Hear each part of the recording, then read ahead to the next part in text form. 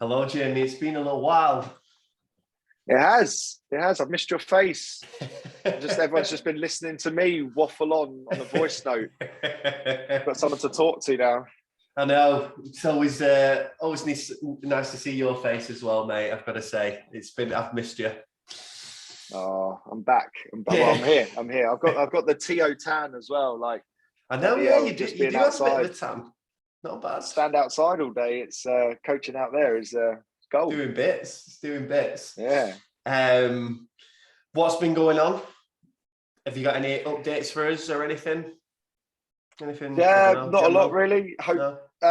We did a little no ball event, hence the t-shirt and stuff the other day, where we got some London coaches down, which was good to kind of just speak to people, kind of see what they're doing, how they interact coaching wise and stuff like that. And then we've got the Northern Coaches Development Day a week Friday, which is going to be good. I'm excited about that. Like the one that we did in London, I knew a lot of the coaches already, but a lot of these guys up north I will have met for the first time. So hopefully I can translate into Northern quite easily. They're coming from far and wide as well. They're coming from all the way over Norwich, or a couple of people. Oh wow! I know, yeah. So awesome job. Got to put it on a show. Got to put on a show for them. Very good.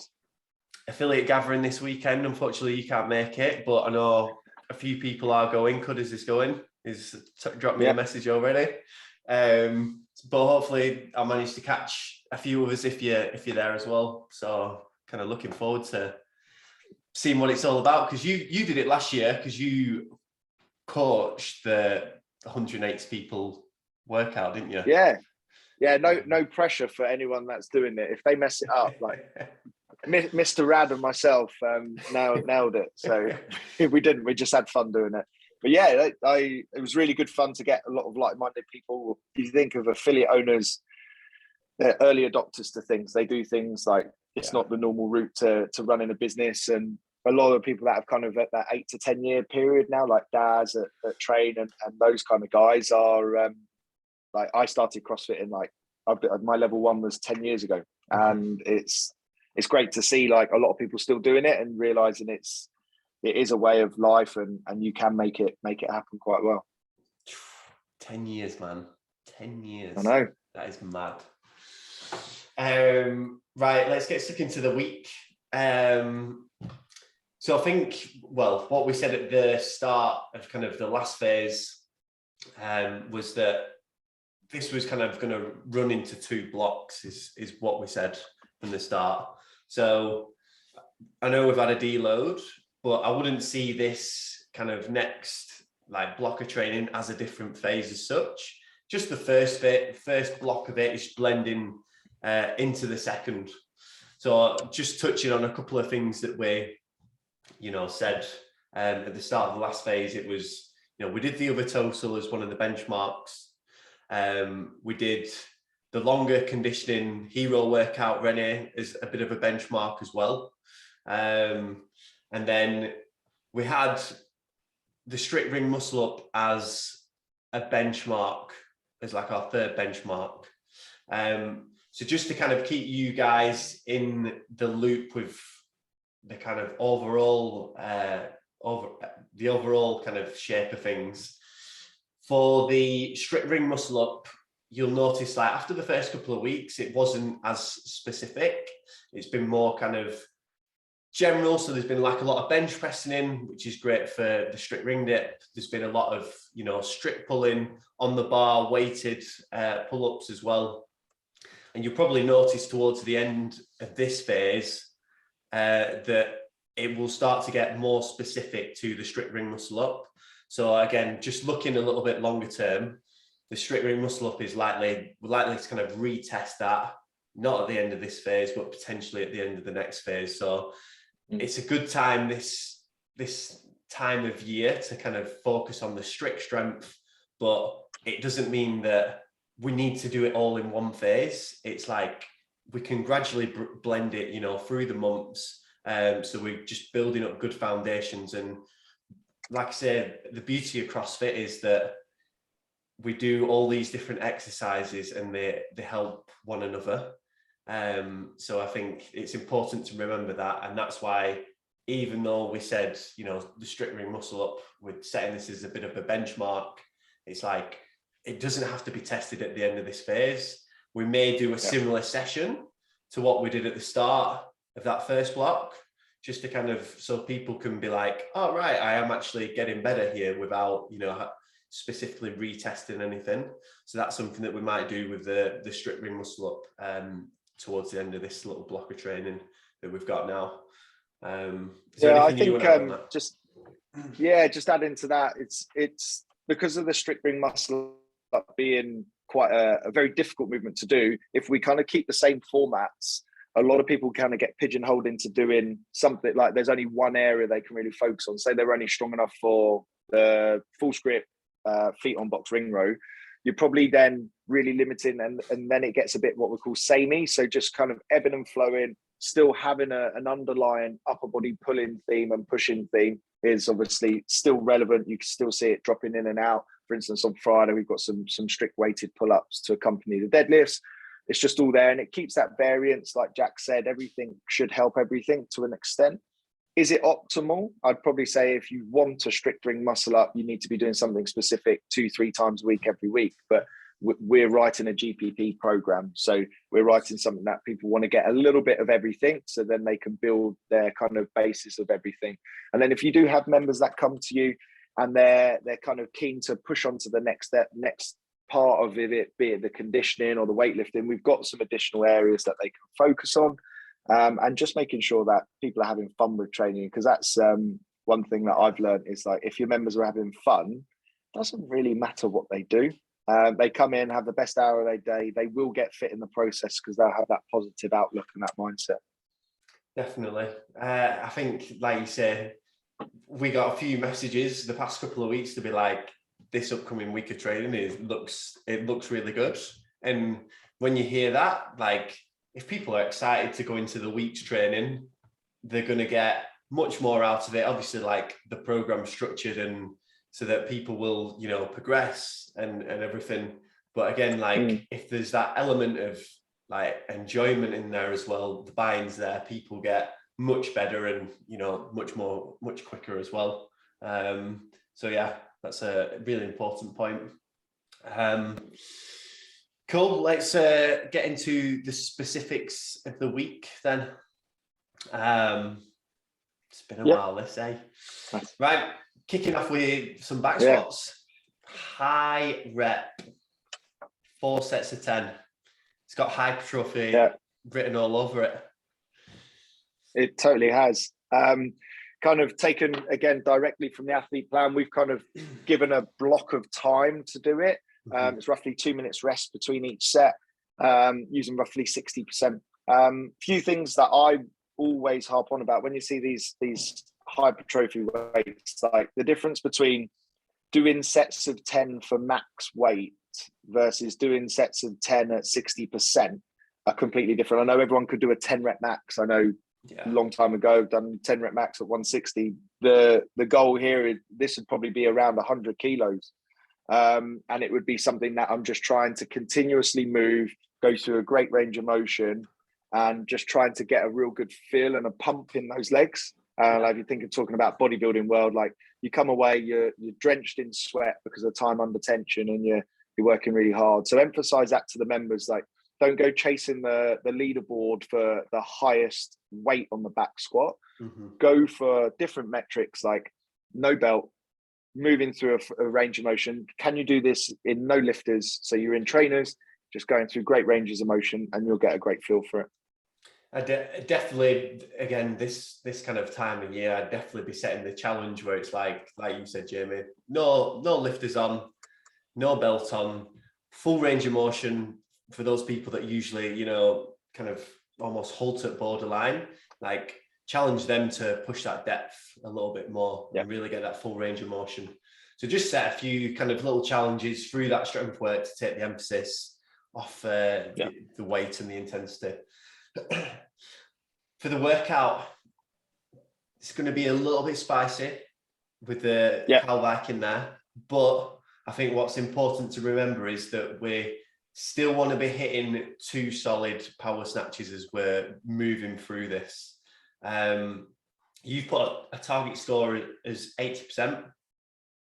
So building from 60% to 80% over 8 sets, like they're not going to be big jumps if you're going up every set. And I think it's important to be like, as the coach, to be like, I'd stay at that weight for another set. Like stipulate if you think a member shouldn't be going up in weight or should be going up in weight.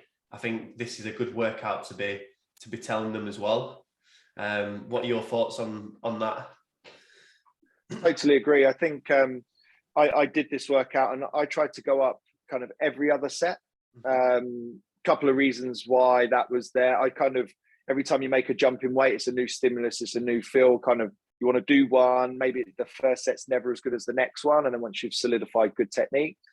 Also, like the calories on the bike get punchy, so changing the weight is another thing that you have to factor in. And I know, like for competitive CrossFit, it's something that you should practice, because that's a skill of taking the weights on and off and not fatiguing yourself. So that's why I'd go up every other set, just nice and easy. I'd take slightly bigger jumps in that way, but it means that I can have a bit more rest between it. Always, we put a little time cap of 50 seconds, and that's not to kind of make people push the pace on the bike. It's to give people enough time to then compose themselves before they lift. This is power snatch practice with a little bit of aerobic fatigue and a little bit of, I would probably call it a bit of a quad pump. So just making sure people are in a good start position, because when you're coming down and you're breathing heavy, to set your lats and to pull your chest up is also quite a hard job. So just giving people those focuses, that's where you need to go. If people are really struggling, either, building hitting the power snatch with good quality, and they're trying to really, push the bike, would you suggest that they just kind of stay at the same weight, or would you recommend dropping the calories on the bike there? Good question. I think it could go one of two ways. If you've got that member that needs to build some capacity and some fitness, say they're only coming in 2-3 times a week and they want to really push the intensity, get them to push the calories on the bike and then keep the loading a little bit lower, and the overall work they'll have that sense of feeling.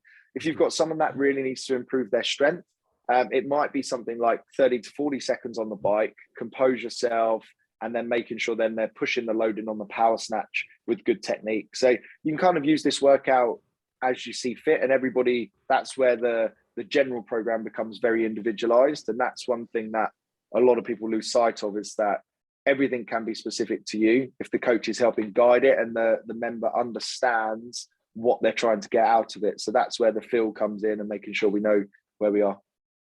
Good stuff. On to Tuesday. This is one that was taken off the athlete plan, but we've just made it a little bit lower skill by swapping in some dumbbell snatches. I really like the look of this workout. It's nice, and it's quite a long interval, and pretty low skill. It's just get to work on this. And so let's do this. So Jack is a games athlete, so that was his thought process on it. I'm looking at this like, this is a trap. This is a trap for your members. I'm next to a big dude who's going to row fast, so I'm going to row fast. And then, okay, I'm next to the guy who can move for 40 dumbbell snatches. Great, I'll do 40 dumbbell snatches. And then when I do less than 10 wall balls, and then I'm like, oh my God, the world's just ending on me.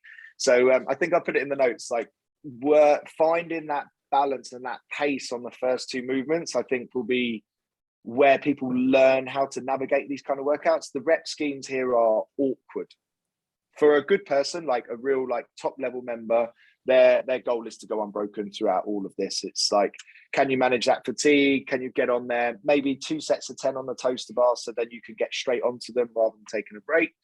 Whereas for those kind of guys that are pushing towards their RX in workouts, but they're maybe getting capped every now and again, it's like, okay, manage the first 2. You may be a little bit slower than you want to, but then 40 wall balls is 1 minute and 15 seconds if you go unbroken. It could be 3 minutes if you're doing them in 5s, looking around, watching everyone blast past you. So just bear that in mind. That I deliberately have the wall ball there because it's going to catch people out and it's going to teach you how to pace. So I'm kind of excited to watch this one. Watch it, see it, maybe do it myself as well. Like you said, it's one of them on the wall balls.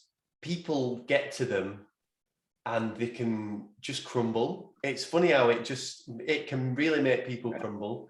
And like you say, if you don't pace those first two movements, well enough, you will crumble on them wall balls. So yeah, good advice. And it's funny that you pointed that out. Like I'd be looking at that and be like, right, yeah, I'm going to do this and I'm going to do this unbroken and then I'm going to do that unbroken. And then it's like, whoa, let's just rein it back to the everyday member and actually put it in a bit more perspective. So yeah, there's me getting carried away and, you bringing me back down to earth. Good stuff. Wednesday is a big lifting day. It looks awesome. Yeah. So we've got a 3-rep max squat clean to kick things off. Obviously, this will be giving a good guide as to where the strength, the direction that the strength's moving in. I feel like we should be seeing that 3-rep max moving closer to what that 1-rep max was when we initially tested the other total. So it'll be kind of a good little guide to see where, see how things are progressing. And if you can maintain good technique throughout all 3 reps as well, because by that 3rd rep, it's you're going to find out, is it still my pull that's the issue, or is it my squat strength that's still the limiter? Where do I need to place my focus? Or is it technique, So yeah, a good little test and you'll find out a few things from doing that squat clean today. Yeah, I think we've got some little back off as well. So another 3x3 at 90% as well is going to be tough. Don't be afraid if you have a group of guys and girls that have really pushed that 3RM and say in the first 10 or so minutes, they really get a good weight. So maybe even they get their 1-rep max for a set of 3. Maybe it's not 90%. It's maybe more like 80%. Just see how people go. It's good. It's a nice little. People should then be excited to do the other total because then they know that they've got a chance of trying to go quite heavy on their next element. Yeah, agreed. Good stuff. For the workout, long AMRAP. Yeah. And again, I'm going to try and not get too carried away when I'm talking about this workout now after my reality check from Jamie the day before. But again, it's pacing the run so that you can go onto the double unders and not worry about having to trip, because if you Tommy tank that run and you get onto your double unders and you keep tripping, like straight away you've lost, that 10 seconds that you might have gained on the run. So again, just being aware of the pacing there, and I'd be using the hang power cleans. Like you want to be moving as well as what you possibly can, and with how long the workout is, I'd just be focusing on how efficiently you can move on the hang power cleans, whether it's, some people like to bounce it off the quads a little bit, other people like to kind of ride it down to the knee, whatever works for you, just kind of maybe alternate between rounds, right? Can I try bouncing it off my quads? How does that feel? Then can I come down to the knee mode? How does that feel? And just kind of going through a few different techniques on that hang power clean, take advantage of that. Yeah, I think also adding to that, like on the specifics of actually doing the movements, on the flip side, 15-minute AMRAP can certainly for the regular members, they can get lost in this workout. What I mean by that is they'll run pretty hard, they'll get through 50 double unders amazing, they'll do the hang power cleans really quick, and then they'll just start their next run and they'll have no clue on how many times they're going to look to repeat this. Now, we put in the notes, like we're aiming for sub 3.5 minutes a round, and we're looking at 4+ rounds. That information is great, but how does someone who's in the middle of a workout, we've all been there where we've lost count, or we're trying to work out what we're doing next because we're just absolutely smozzled by everything that we're doing. try and set some clear guides to help people pace. One thing that I use whenever I'm in an AMRAP, like the open workouts come about, you do your first round, or you do one of the movements, you look at the clock. So you come in from the run, you're like, oh, okay, I had 2-minute run. That was pretty slow. And then you're like, okay, I've done my double unders. That's within the minute. Okay, if that's 3 minutes. All right, I've got 30 seconds here realistically to stay within my pace. Do my hang power cleans, then look at the clock. And then that gives you an idea on your run. It's a bit of a distraction from the pain because you're potentially trying to work it out, or it just gives you a bit of a reference point to then do your second round. And it's like, okay, took me 3.5. Okay, I'm now 7:10. I've only lost 10 seconds. Yeah. That's a realistic way of seeing a drop off within that workout. Can I try and hold it again? Because a lot of people like the conditioning workouts where they're like 2 minutes on, 1 minute off, or 90 seconds on, 90 seconds off, because then people have a set time to work towards. Yeah. And it's short enough and manageable enough. Whereas if they're thinking, oh my God, how am I going to do 400 meters? I can't run a mile. But actually, just do the first one and then get onto the next bit, It just makes it a bit more manageable for people to get through. That's one thing I like to use in AMRAPs anyway. Great stuff. Great advice. Thursday, a cheeky longer piece this, and again, this is off the JST Athlete program. The idea with this is to not buckle yourself. So there should be some sessions where you're going in and you're just moving, just purely moving. Your heart rate doesn't need to get too high. You should be able to still have a conversation while you're doing the workout. Like, that should be the focus for most people who are coming in and doing this session, especially if they've done Monday to Wednesday already. And even if they haven't, I would encourage them to just go that little bit slower and see, and again, set the challenge. Can you stay in control? Can you try to maintain a conversation throughout the whole workout? If by setting that challenge, obviously most CrossFitters are pretty competitive, so we do like a challenge. Yeah. So it's a good way to, try and bring back.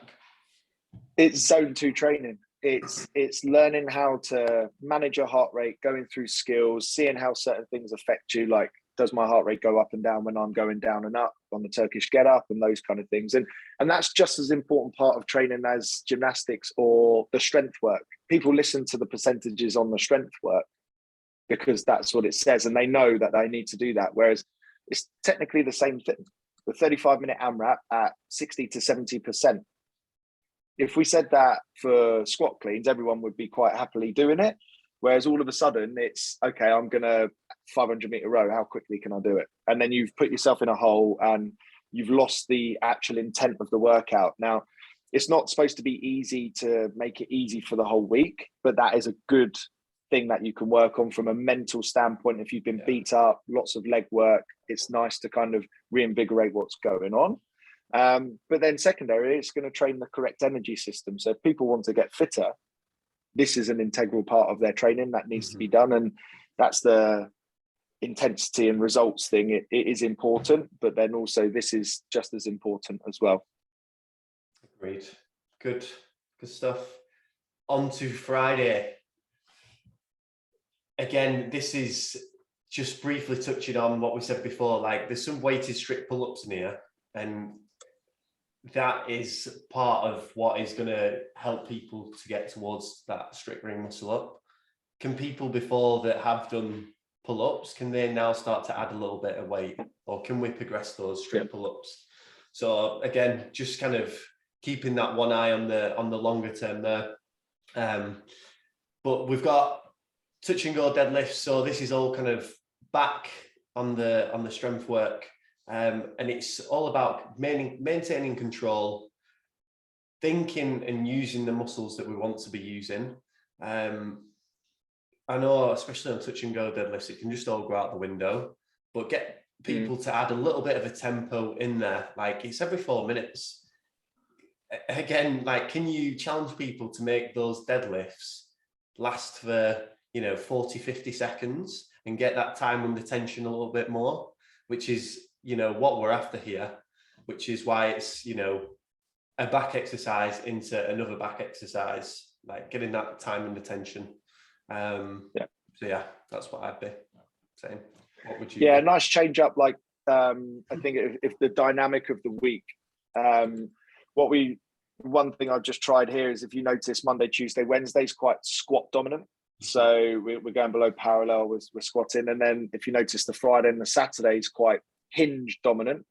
Even though, like, we could probably say that the sumo deadlift high pull, it's a hinge, but it is more of an upright position. Now, the reason I've blocked them like this is because your everyday member doesn't come every day. So if you constantly flip-flop, sometimes they'll end up getting the same of everything across the week. Whereas if you kind of put them down there, you've got those warriors that come 5-6 days a week. They're used to the volume and they can accommodate, they'll adjust the intensity. Whereas say you've got someone coming in 3 times a week and they just come in, unfortunately, it's always a squat day or it's always a hinge day. Whereas it's unlikely they'll come back-to-back days. So just trying something different, give us some feedback on it, to kind of see any kind of positives or negatives. If it's like, oh, okay, people are just too beat up, we'll see how we go. But yeah, that's the reasoning for kind of blocking the things in the areas we wanted to do. And then, yeah, talking of zone 2 work, I mean, the Friday workout is not zone 2. Zone 5. Yeah. Yes. Super simple 60-second max effort machine, 60 seconds rest. We've done this over the past 6 months, probably a handful of times, and it's a great session to measure, like, are you gaining those extra couple of meters every couple of months? Again, it shows progress, and also it's just a good reality check for those that sometimes shy away from pushing hard in workouts. There's no shying away in this workout. It's just you've just got to push it. So yeah, over time, kind of the athlete plan uses the 10-minute assault bike or echo bike test as the metric for capacity. And that's great for what you would say the higher end athlete. They can have a plan, they can then get themselves in, they can build capacity. Whereas this is the kind of everyday person's test, because everyone can get on and hit it hard for a minute. And then it's about measuring the drop-off rate, or it's measuring about effort. And it's a lot easier to get into a minute on, minute off, because normally you do it in a group. So then there's people sharing machines, so you're on and off. There's a big group vibe. I remember the last time I ran this, I think I've still got the video of it, is I put all of the bikes in a circle in the middle. So everyone's facing into each other, everyone's hitting it minute on, minute off. So then you're working as a group, because it's very easy to not start very fast, so you lose the first 10 seconds, and then when the coach is saying 15 seconds to go, you already lose a couple of RPM or a couple of splits on the rower. So when you're in there, you've got that accountability factor. And ultimately the number, I think, like I've said this before, the number's irrelevant, what the actual metric is, but it's about the effort you're putting in. And I think when you're in the last minute of a WOD, which might be the next day, and you're never feeling as bad as what you are at the end of the last 10 seconds of a minute on, minute off kind of test. Yeah, agreed. Good. A good gut check for sure. On to Saturday. This again is a partner version of the JST athlete workout. Did you read the description that David put in? It was pretty funny. It was like based on some Japanese wrestler. Yes. So that's why I put the sumo deadlift. It was like, so he'd obviously be very good at these sumo deadlift high pulls, and then it was like, but the wall walks are another. Anyway, I've just definitely butchered the description for the workout, but yeah, the Yokozuna or something like that. Yeah, some WWF wrestler from back in the day. A great workout this, and it's just very different as well. It's got wall walks in, which we obviously loved last year, but sumo deadlift high pulls, not a movement we do very much, but an interesting combo where, like, usually it's handstand push-ups and deadlifts. Today we've got wall walks and sumo deadlift high pulls, so similar movements, but again, it'll be interesting to see how those kind of play out together. But then you got the shuttle runs in there as well. So yeah, it's a really it looks like a really good workout, to be honest. I'm excited to see how that plays out. Yeah, I think it's some nice varied movements. I think touching on the shuttle run, 7.5 meters out, most people will have that to be accommodating in the gyms as well. And yeah, I think the wall walks are, if the individual version, the reason I went for the pairs is it's just a great way to split it. You can kind of have nice accountability working with someone, and standards are everything on the wall walk. Like if you train to a good standard and you practice to it, it means when it comes to game time, it doesn't feel any different. It's those people that are kind of cutting the corners, their hands moving before the second foot's on the wall is most common thing I see when you're in a rush. Do you get your hands to the line? Like they're all things that with a training partner you can get into the detail on. And yeah, sumo deadlift high pull as well, like making sure we're not like got the bunny rabbits, making sure those elbows are higher than the hands. And it's a good exercise to practice. I know they come in a regionals a few years ago, 2017, 2018 at 60 kilos. And I thought they might be the new power clean. I thought they might like be there to stay, but I think the power clean will reign all, as we both love power cleans. Yeah, agreed. Good stuff. And I think, after how much we hammered wall walks last year, obviously most people should have the confidence to be able to really kind of mix those into workouts. And there's a lot of wall walks, there's quite a lot of wall walks there really, and in like a chunky format, like you wrote in the description. So yeah, it'd be good to kind of see, people knocking those out and trying to add a bit of pace into them, because obviously with it being a partner workout, it just means that you can push that a little bit faster than what you usually would as well. So yeah. Sunday, we did this last in January or February? Yeah, I think it was a Thursday. It was a Thursday kind of, it's the first time we stopped making it like active recovery and went for a bit of a blast. Yeah. But yeah, two movements that are, if you want to get fit, you get really good at these two things. And in these kind of time frames where it's equal work to rest, fitness is there for sure. And it again, be good to see what you got last time if you did record it, or if you can remember, and again just compare it to how you've done.